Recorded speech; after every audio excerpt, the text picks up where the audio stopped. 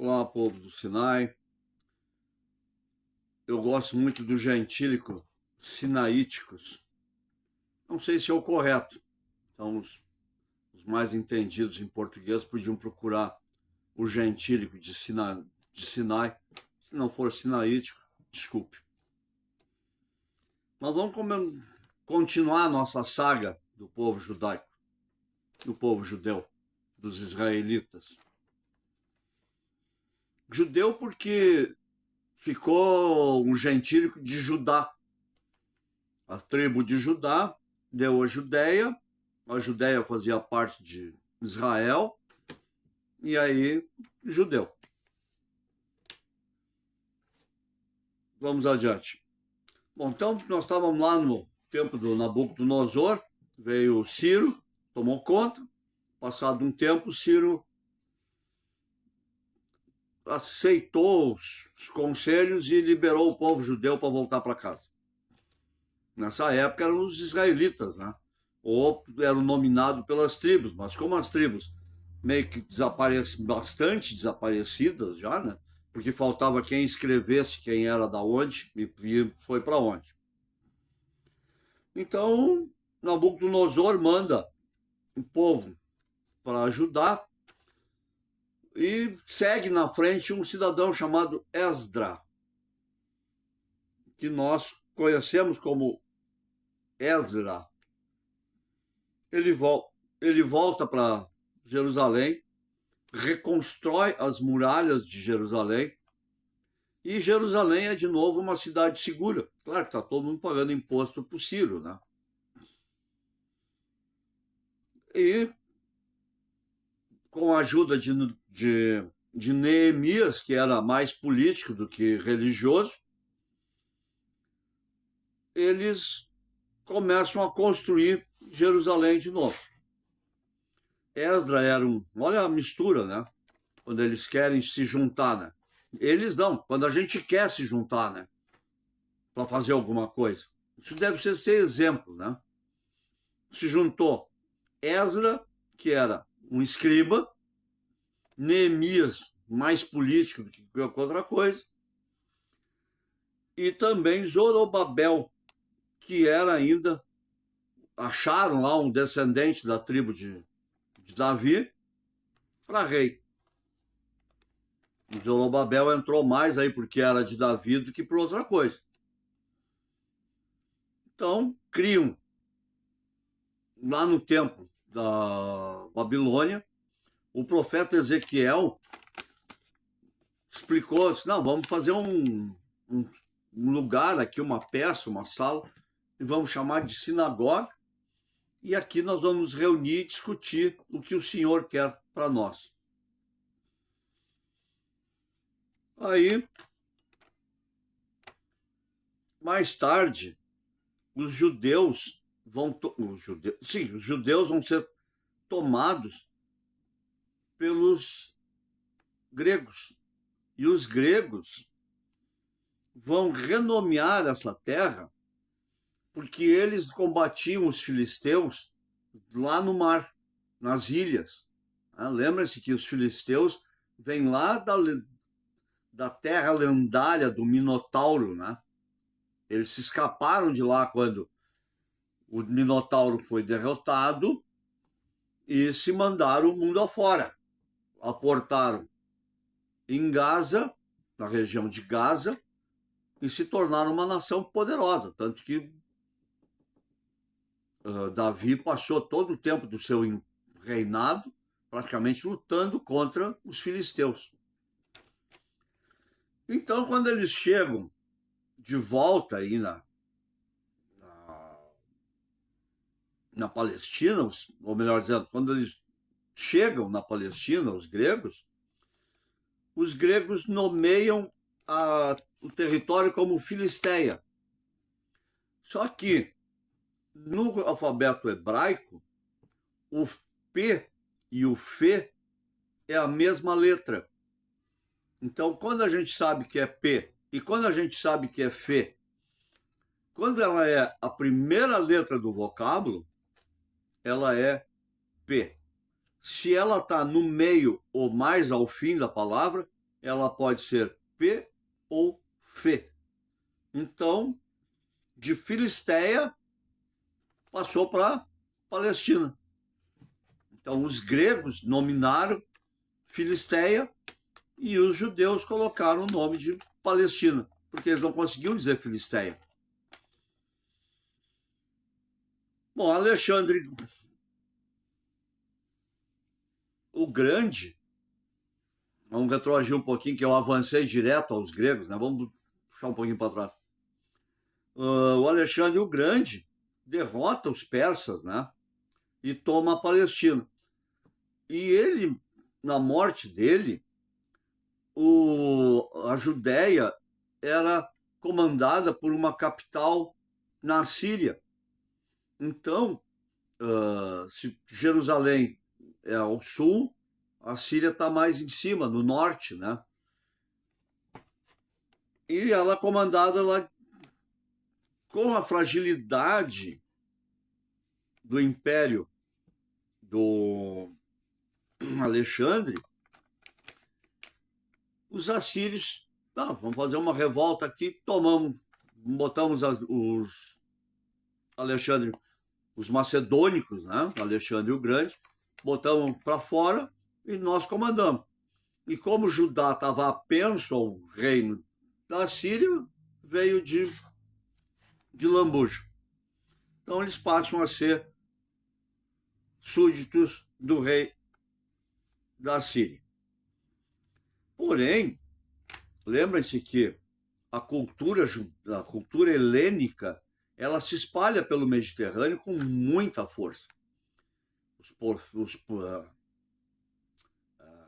Agora não é profeta, mas os filósofos gregos, eles espalham suas ideias, a sua cultura, a religião, né? Aquele monte de Deus no Olimpo, né? Zeus, Apolo, né? Deusa do amor, e as ninfas, os elfos, isso aí tudo vem junto.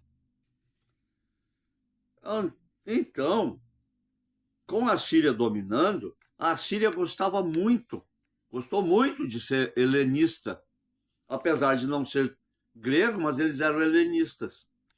E eles forçam essa transmissão de cultura helenística dentro do mundo, na época das tribos. Sim, os árabes já existiam, porque o Ismael, filho de Abraão, ele também constituiu uma grande nação. E ele está infiltrado em todo esse território, né? Porque Ismael teve 12 filhos, segundo o Corão. Se Ismael tem 12 filhos, esses 12 filhos procriaram também. E eles estão envolvidos nesse território. Não podemos esquecer do crescimento do povo árabe, senão não tem sentido. Como é que, de repente, aparece lá em 800 depois de Cristo um povo árabe que grande parte dele vira muçulmano, né? O povo árabe vem se desenvolvendo através dos descendentes de Ismael. Se Jacó deu as 12 tribos, Rúben, Levi, José, Benjamim, todas essas tribos, o povo árabe vem crescendo do lado, não se esqueçam disso. Coisa que normalmente não é comentado, mas o povo árabe está crescendo. E essa cultura helenística começa a bater de frente com os judeus. Porque judeus já não aceitaram o rei, melhor dizendo, o Deus da Babilônia, muito menos os de Ciro. Então, esses deuses que estão vindo com o helenismo são completamente estranhos. Porque, no princípio, os filósofos gregos, temos que ser republicanos. Maravilha, mas nós podemos ter escravos. Como que uma república, onde todos têm direito e todo poder emana do povo, pode ter escravo? as incoerências da filosofia republicana no início, lá na Grécia, né? Mas aí, com essa presença constante dessa cultura helenística, os judeus já estão, com o andar dos anos, já estão mais estruturados em Jerusalém, já estão com uma economia forte, já tem reis da linhagem de Davi, eles começam a bater de frente com a cultura helenística. E aí se forma grupos de judeu. Nunca podemos esquecer que dentro de um grupo existe uma ala majoritária ou igualitária de grupos, né? Se tem 3 grupos, em tese, são 33% para cada um. Se são 4 grupos, 25%. E aí as probabilidades e a estatística variam. Então, surgiu os helenistas, totalmente desfavoráveis à cultura helênica, os moderados, não é bem assim, eles podem ser helenistas lá do lado de fora das paredes do templo, mas lá no templo não. Lá no templo nós somos judaicos, nós seguimos as ordens de Hashem, que são... a cultura judaica admite 70 nomes para Deus. E tem os nomes que substituem o verdadeiro nome de Deus, que são 4 letras judaicas, do alfabeto judaico, melhor dizendo. São 4 letras e o som dessas 4 letras não deve ser pronunciado. Só quem pode pronunciar essas 4 letras é o sumo sacerdote no templo de Jerusalém, lá no quarto dos santos, aonde estava a arca da aliança. Então hoje você abre o YouTube, tem dezenas, talvez centenas de gente dizendo como é que se pronunciam as 4 letras. Eu não tenho interesse de pronunciar as 4 letras. Se ela é um dogma restrito ao templo, então respeito. Assim como devem ser respeitados a minha crença na Trindade. E não quero chacota com ela. Eu tinha um grupo, como sempre, um pessoal mais liberal, um pessoal mais centrado e um pessoal mais radical. Então se forma o grupo dos pietistas. E os pietistas, assim, olha, se é para viver em Jerusalém, se é para viver numa cidade onde uma sinagoga... tem um outro detalhe. A idolatria volta a Jerusalém, volta à Judéia. Então, existem relatos sérios, arqueológicos, de que foram encontradas sinagogas com 2 altares. Um pagão e um para Deus. Alguma similaridade com a linha cruzada de Umbanda com Batuque? Eu conheço terreiras que têm um salão, as cadeirinhas, aqui tem o altar da Umbanda e na mesma parede do outro lado tem o altar do Batuque. Hoje a reunião é de Batuque, não abre as cortinas da Umbanda. Hoje é de Umbanda, então deixa as cortinas do Batuque fechado e tudo acontece do lado de cá, ou tudo do lado de lá. Então, os pietistas, como é que eles sabem que havia 2 altares? Pelo formato, pelo tipo de altar e pelo incenso que foi queimado. As análises físicas, químicas do incenso queimado nessas sinagogas demonstravam que no altar que eles consideravam idólatra, para rainha Acera, para o deus Baal, para o Moloque, enfim, para esses deuses, era queimado um incenso, e isso marca da cannabis. A cannabis fazia parte desse incenso. Não estou criminalizando cannabis aqui, porque cannabis tem um óleo muito poderoso e medicamentoso, mas é uma variedade específica de cannabis, e não da cannabis alucinógena. Isso aí procura na internet, bota lá cannabis, e aí vem todas as espécies, o que é uma e o que é outra, né? Quem é mais e quem é menos. E no incensório ao Deus judaico, a Duz, ao nosso Deus, nós somos monoteístas também, nós derivamos do... o nosso Deus é o Deus dos judeus e dos muçulmanos.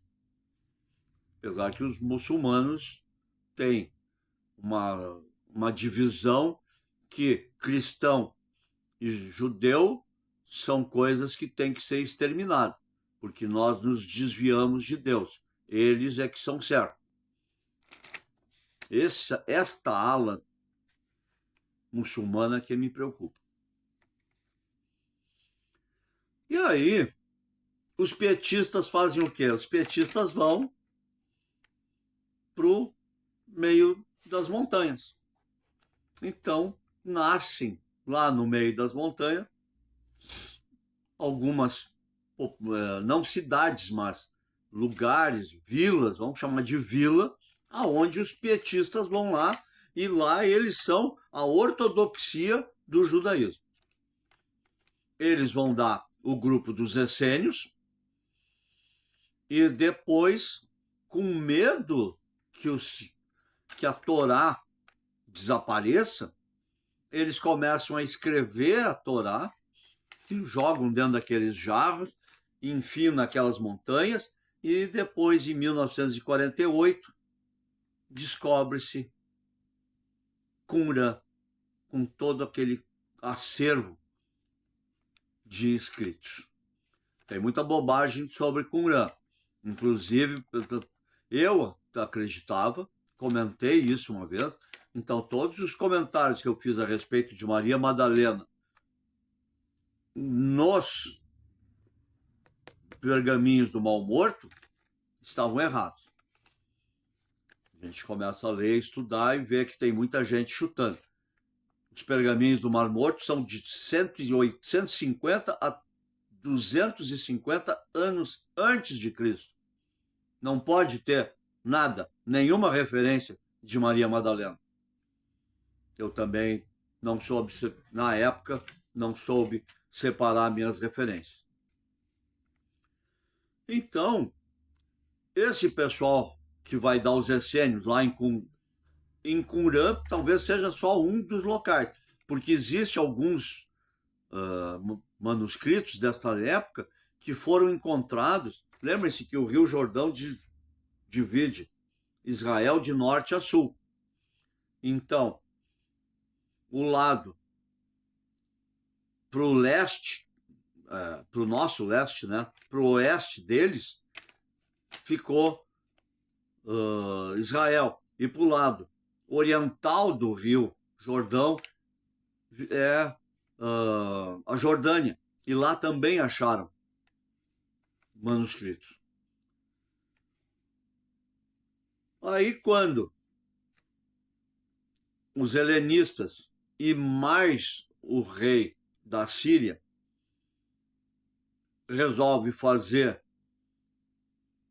uma revolução, melhor dizendo, ele resolve fazer sacrifícios no templo de Jerusalém para os deuses gregos, o Baal, Moloque, começa uma insatisfação dentro de Israel. Assim, eles começam a se revoltar contra a Síria, e quando o assírio resolve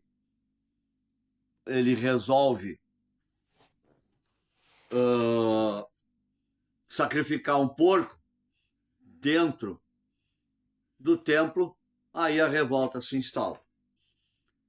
A revolta de Jerusalém se instala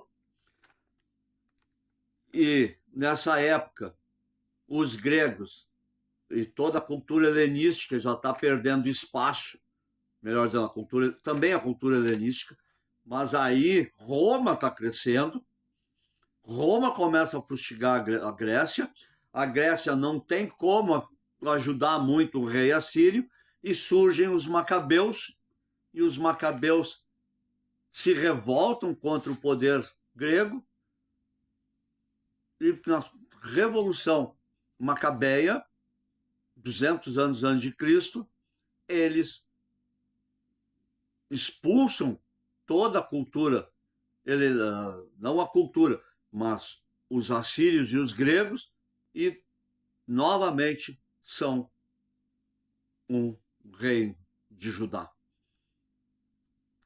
Continuaremos a partir dos macabeus no próximo vídeo. Obrigado por terem me assistido até agora.